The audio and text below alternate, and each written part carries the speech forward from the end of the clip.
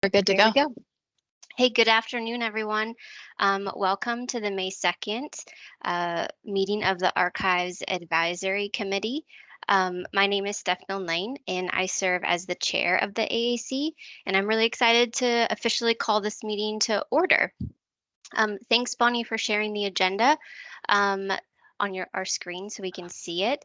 The first item we have has a couple of sub-items, but it is routine items. And item A is a committee roll call.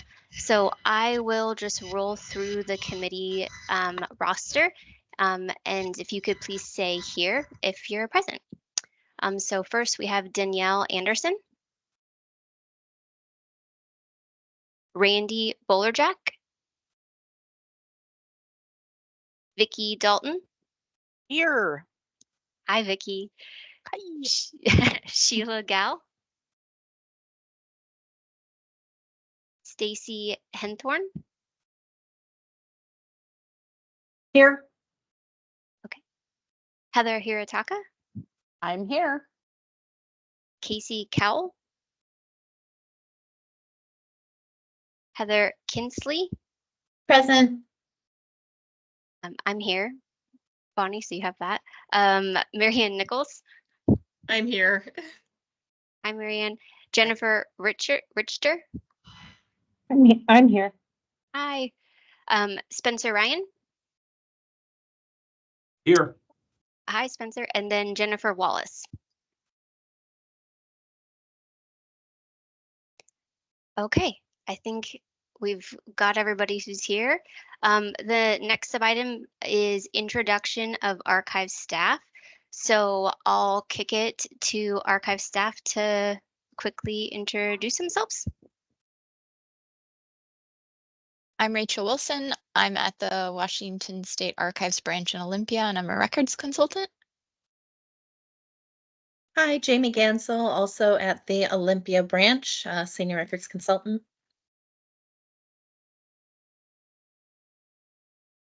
Scott Sackett. I'm at the Central Region branch in Ellensburg, principal records consultant. Sean Reichard, senior records consultant at the Bellingham Northwest branch up in Bellingham, Washington. I'm Hannah Colasar, senior records consultant out of the Puget Sound branch at Bellevue College. Russell Wood, state records manager.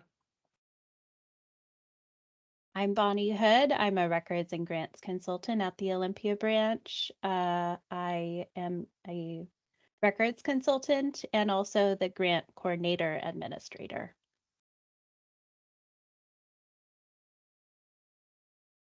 I'm Jeanette Gomes. I'm the Northwest branch manager up in Bellingham.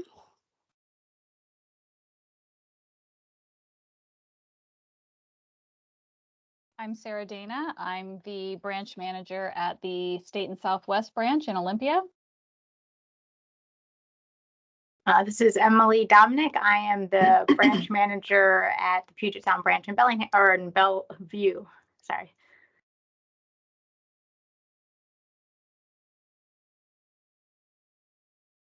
I think that's everyone. Okay. We'll then just keep everything rolling to item C, which is the approval of the August 3rd, 2023 minutes.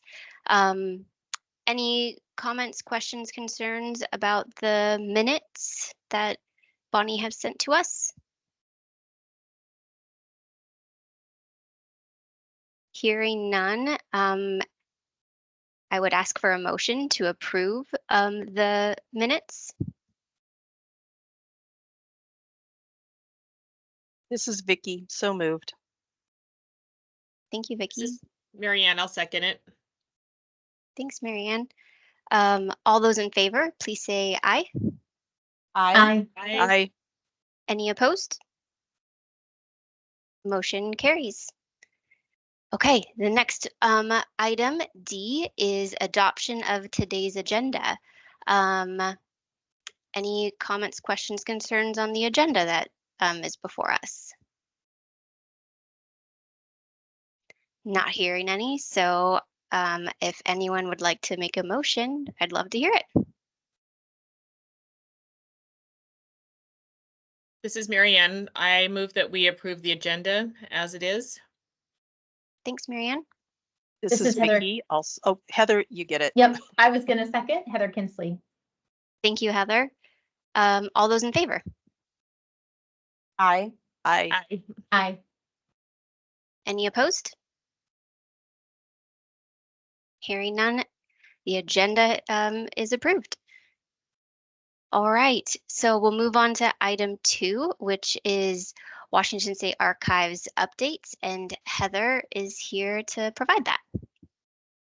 Hi, everyone. Thank you so much for joining. We, as always, are super grateful and thankful that you are all on the call with us and actively participating in the Archives Advisory Committee. We couldn't do this without you, so please know that at the top of the agenda is our gratitude for you being here. We have had a busy last few months. We got through session, which is always a good thing and always a little touch and go, but we made it through, and we were successful in securing $1.9 million of general fund money to help supplement the lack of funding that we have received in the past year due to the recording fees being so low. No one's fault, just the way nature is right now. So we're very thankful to have that backfill of 1.9 million. It will certainly help us. We have spent several hundreds of thousands of dollars to get through this past year. So it will be nice to have that in, and it will also help us strategize how we can fill some of our vacancies. For people who haven't been on calls with me in the last few months, we are carrying about a 20% vacancy across the archives, which has been a huge load for the staff that you see on this call. And we're really looking forward to getting some relief and some help in for them so that we don't burn them out, because they are far too important to me to burn them out. So we need to have more help and more assistance.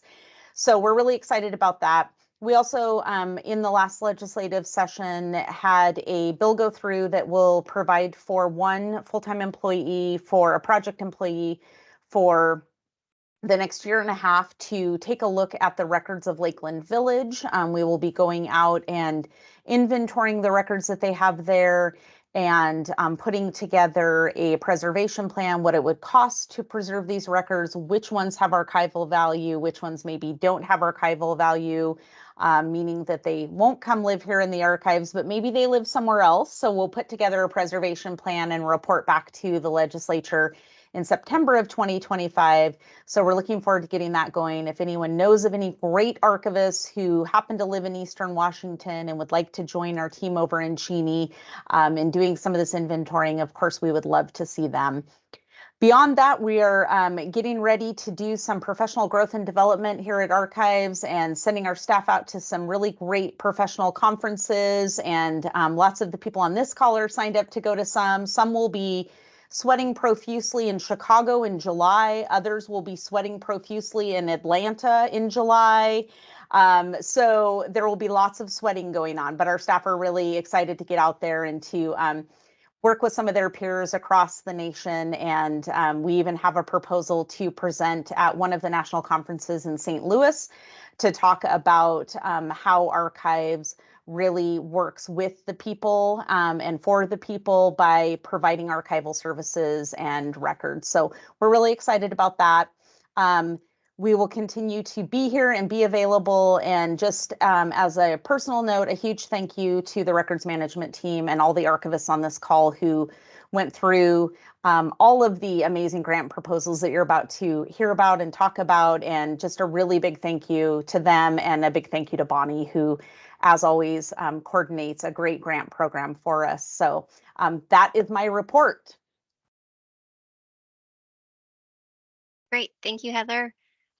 So with that, we'll move into, I think, the meat and potatoes of it all, and I'll kick it to Bonnie to talk about new business, specifically the review of local records grant applications. Thanks, Steph. As I'm sure you all noticed, we're meeting earlier in the year than the AAC has met in previous rounds. That's because we moved up the timeline for the grant round by 3 months.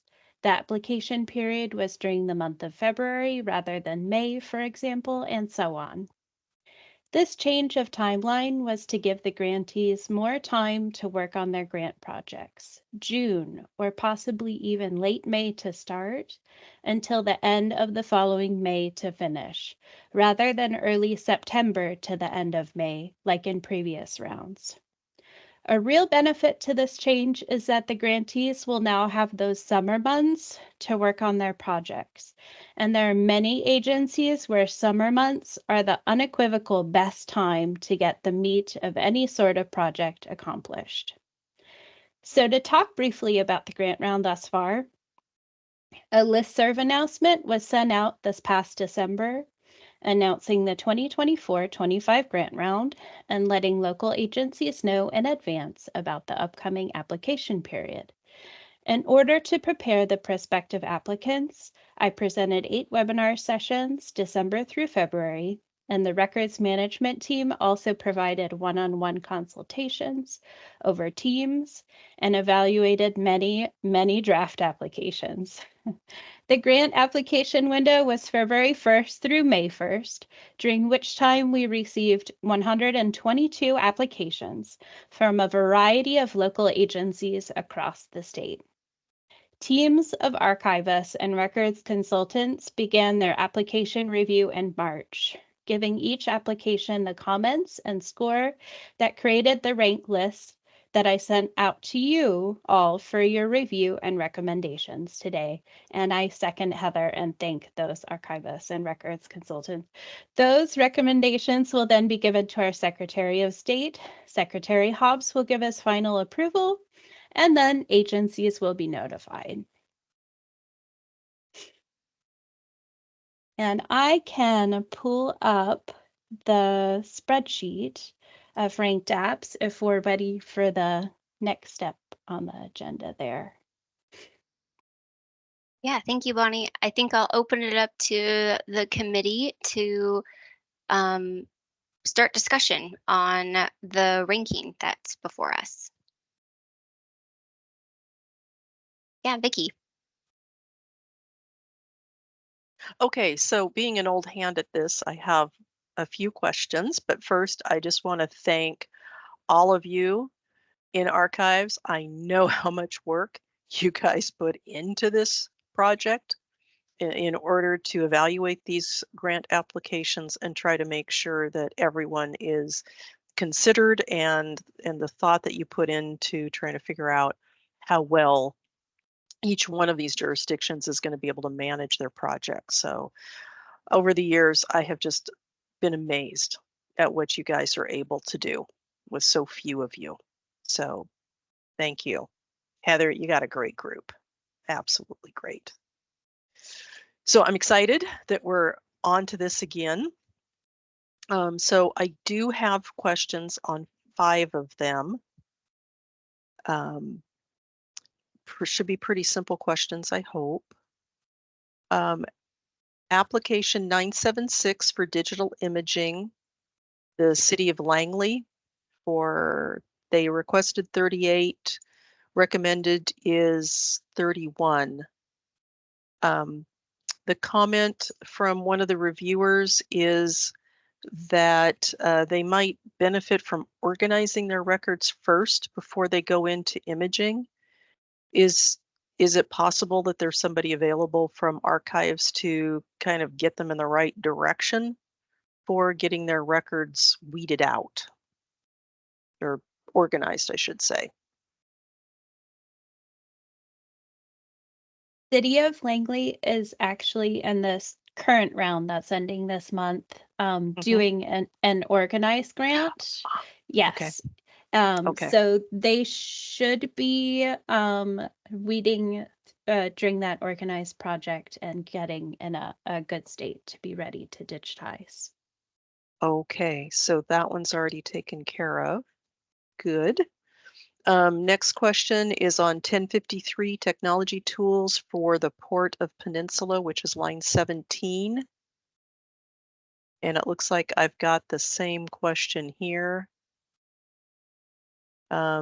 Second reviewer says, I have concerns that by not opting to devote time to organizing first, they will find themselves overwhelmed trying to manage their records. So same thing on them. That is not an agency that I'm familiar with. So I wouldn't be able to speak to whether their records are in order or not. Okay, so that just is a comment from reviewer number 2. So that might be something that if we do award, that perhaps archives can kind of give them a helping hand in the right direction. Yeah. Okay, so let good me idea. clear. Yeah, let me clear that one. Honest folks, we're getting there. Line 19, which is application number 1013, Grace Harbor County Drainage District. I love all these little districts. Special purpose districts. Oh, I just love this. And one thing to note is that all of the agencies above the line got small agency scores. So they are all small agencies that are in the top.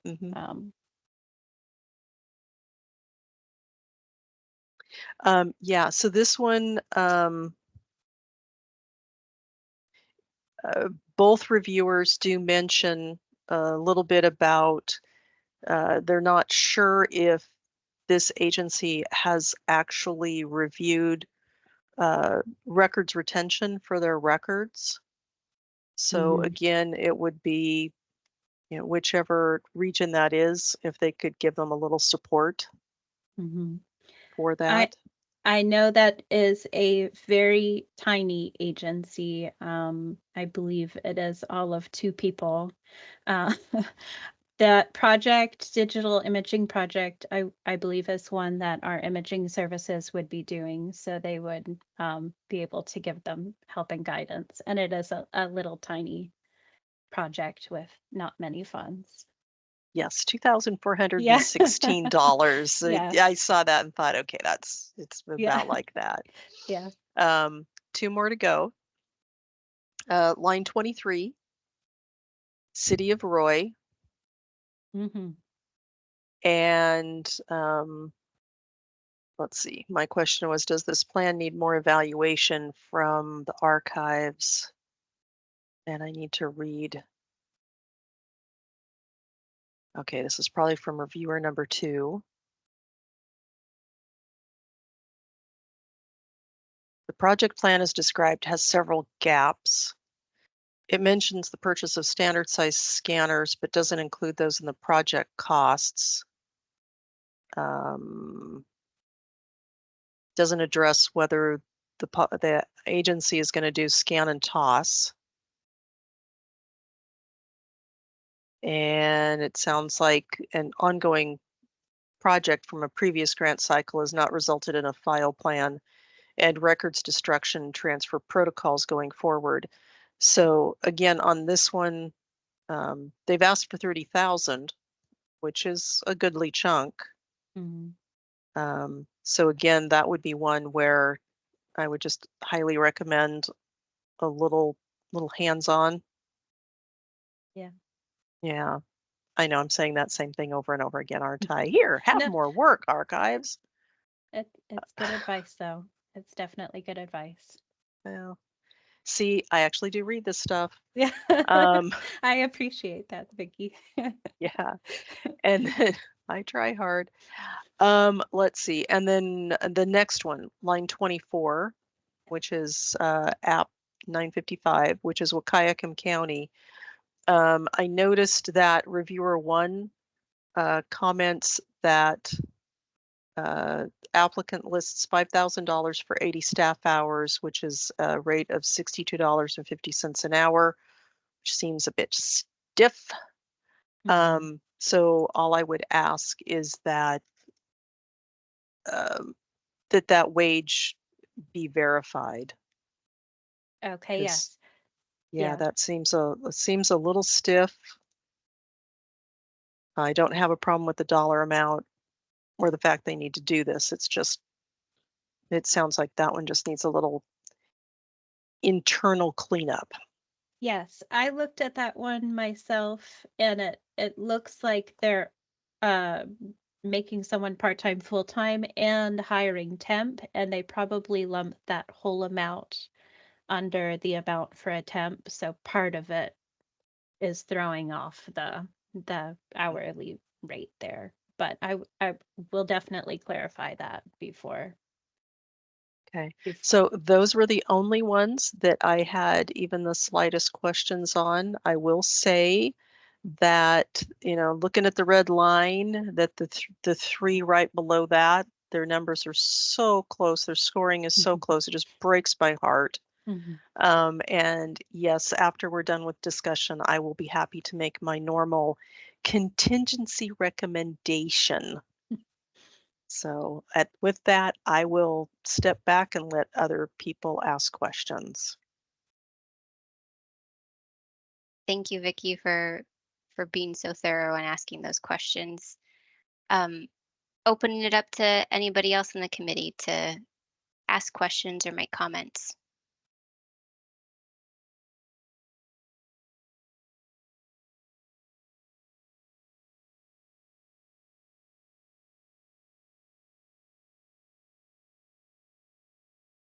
Oh, come on, guys. If nobody else is going to talk, I'm going to ask. So we have great representation from the conservation districts this year. Did the Conservation Association kind of reach out to their members and get them interested, or how did they get so involved? This is great. We have always had a lot of conservation districts apply for grants. They're well represented. But why that is, I don't know. Maybe word of mouth amongst them. Maybe they have some sort of association where they spread word of the grant. But I would like it if all districts and cities knew about the grant. It's definitely a goal to have every all the agencies know about it.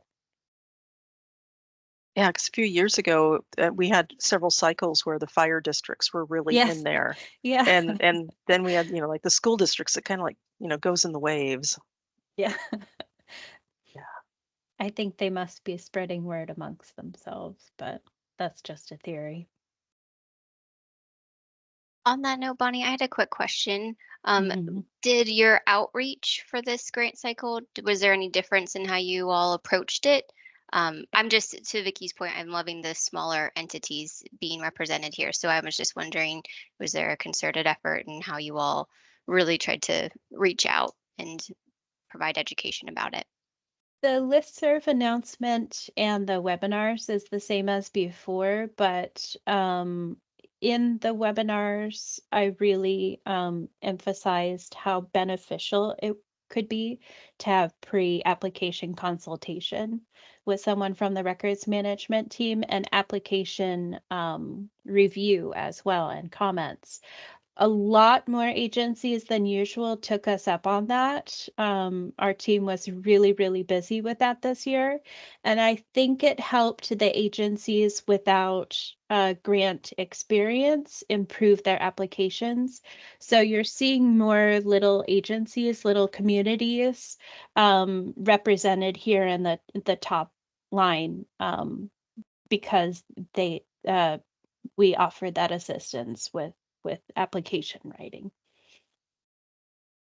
I think that's fantastic. And I think kudos to you all already being stretched thin and doing that. So Yeah. thank you for doing that. Russell, I see your hand. Go ahead.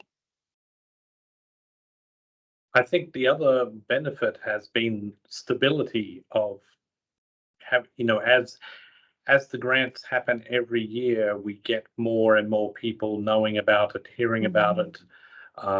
We had the long hiatus before 2018, and then we just got things started, and then the pandemic knocked us out for 2020, and then we got back, and now we're just, as people start to see that this is truly an annual thing and it comes around each year, and we talk to people throughout the year about the benefits of it, I think that's what's that's what's driving the numbers. And we had more applications this year than last year. So I think that's a big factor in just having it being there and on a regular timetable is helpful.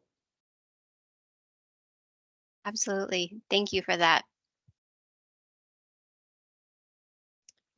Any other comments or discussion? June. Russell, I was just curious, I don't know how many years your team has been at this, but kind of ranked as far as like the most number of applications. Would this happen to be the year or any prior year? I'm just, the geeky statistical side of me wants to know. I'm not sure if this is the biggest year, but we're also hamstrung by the fact that we also know that people aren't going out and refinancing their houses. If we made that a condition of the grant, we could give more grants out. And so while we promote it and encourage people, we're also knowing that we don't have as much funds as we had 3 or 4 years ago. So that would be, if we knew we had double the money, we would be able to go even more gangbuster in getting people interested in this. But we also don't want to create so much interest and then not be able to fulfill it either. I understand. Thank you.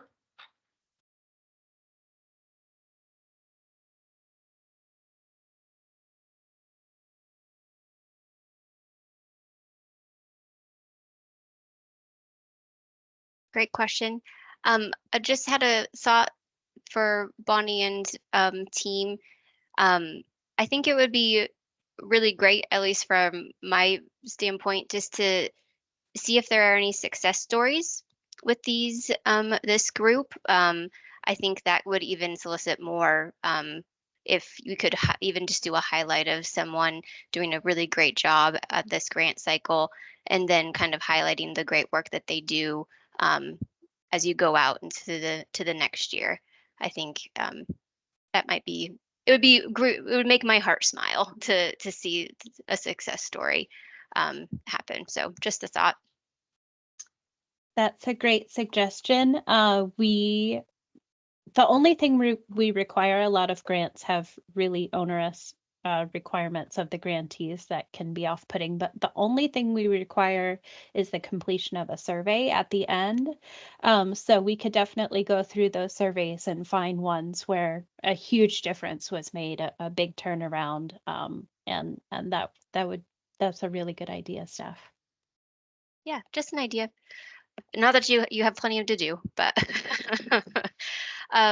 any other comments, questions? I know Vicky is gonna bring us her contingency. She's waiting. So just wanted to give other folks one more opportunity.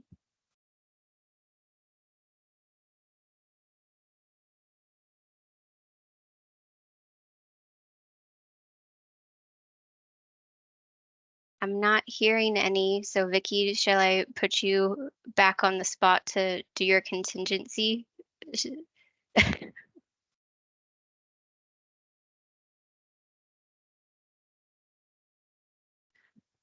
So if everybody's ready, I'm ready to actually work through the language first of a two-part motion, and then either I or somebody else can make the motion. So the first part of the motion would be to award the grants as recommended by archives staff through final score points of 83, which would be 25 awards. The second part of the motion would be a contingency to allow archives staff to I'm trying to remember how I said this last time. That in the case one of the 25 recipients is unable to utilize their award, or if there are sufficient savings from those 25 awards, that archive staff would have the authority to then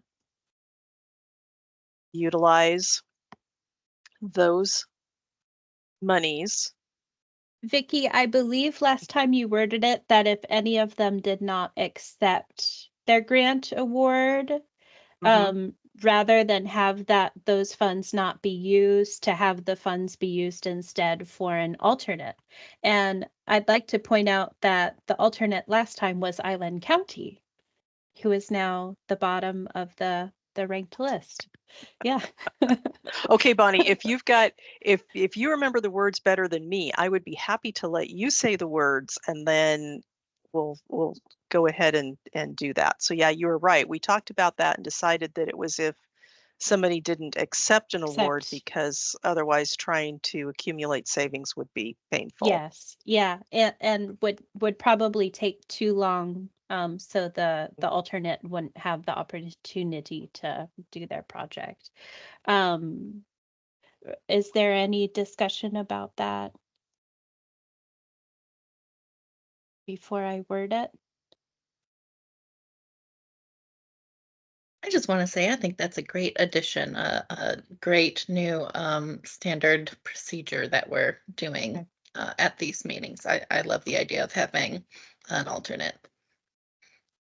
So who would the alternate just be the one How about if we do because depending upon the dollar amount, because Fife is so large in comparison, that it would depend upon the dollar amount available, that staff could offer an award to either applicant 1025 or applicant 946, depending upon the dollar amount available. Okay.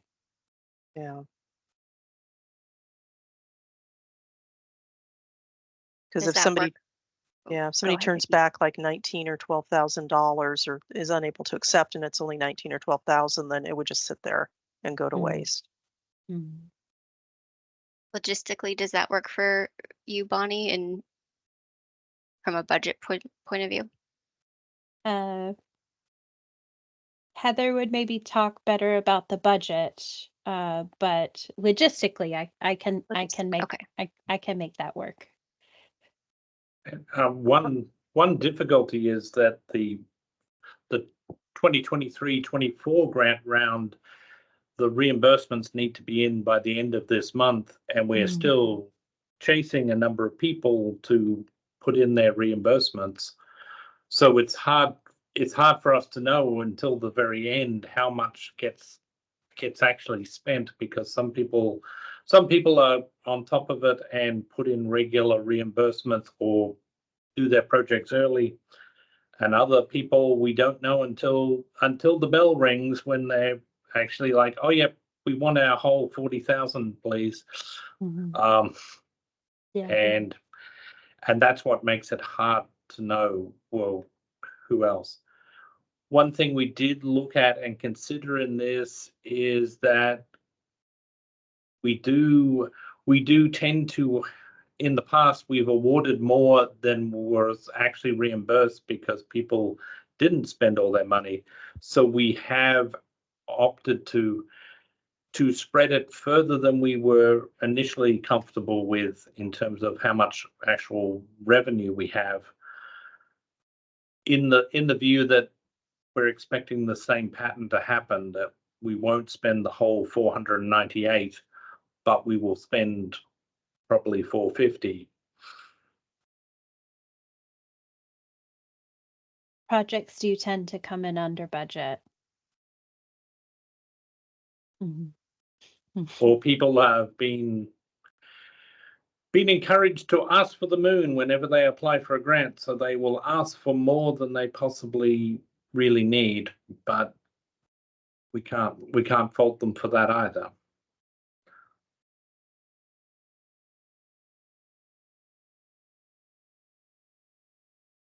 Okay, Bonnie, I'd say take a stab at the wording and let's see where we get. Okay, a motion to approve the list as suggested through number 25 with number, they would be 26 or 27 if not for the line, as alternate based on what funds are not accepted by the an applicant above the list. Sean, I see your hand. Hi, just one thing quick. Just because we are putting this up to motion, because Bonnie, you said through line 25. I just want to be The line make sure 26, yeah. Yeah, line 26, but that would be 25 applications. 25 grants. Yeah, let's say the actual line. Approve the list as it is through line 26 with line 28 and 29 as alternate if one of the agencies above the list does not accept their grant at the beginning of the cycle. Great. Thank you, Bonnie. And with that, I will ask for a motion, formal motion. I will be happy to make that motion. Thank you, Vicki. Do I have a second? This is Marianne. I'll second it. Thank you, Marianne. All those in favor? Aye. Any opposed? Hearing none, Bonnie, your lovely motion has been approved. No points for pithiness, no. So tell you what, Bonnie, go ahead and write this up for next year. Yeah. I like those motions that are pre-written. Yeah. All right, we're gonna go on to the next item, other business. I do not have any other business, so I will open it up to other folks if they have questions for archive staff. Now's the time.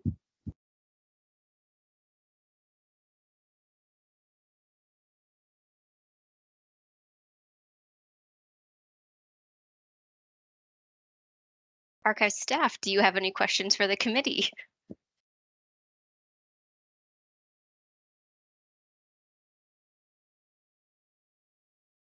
I think we're in the post-lunch little nap time. I'm seeing nods to that. So we'll keep moving to the next item. Next meeting looks like it's to be announced. So we'll look for communication from Bonnie and team on when that might be. So stay tuned with that. And with that, I think my final note will be to say, again, echo others to say thank you to everyone involved. It really makes a big difference getting these grants for these folks. And I think it could be a paradigm shift for how they look at the records as creators and managers of the information. So with that, I'll adjourn this meeting. Thank you all. Thank you. Thank you. Thanks, Bye-bye. everyone. Thanks.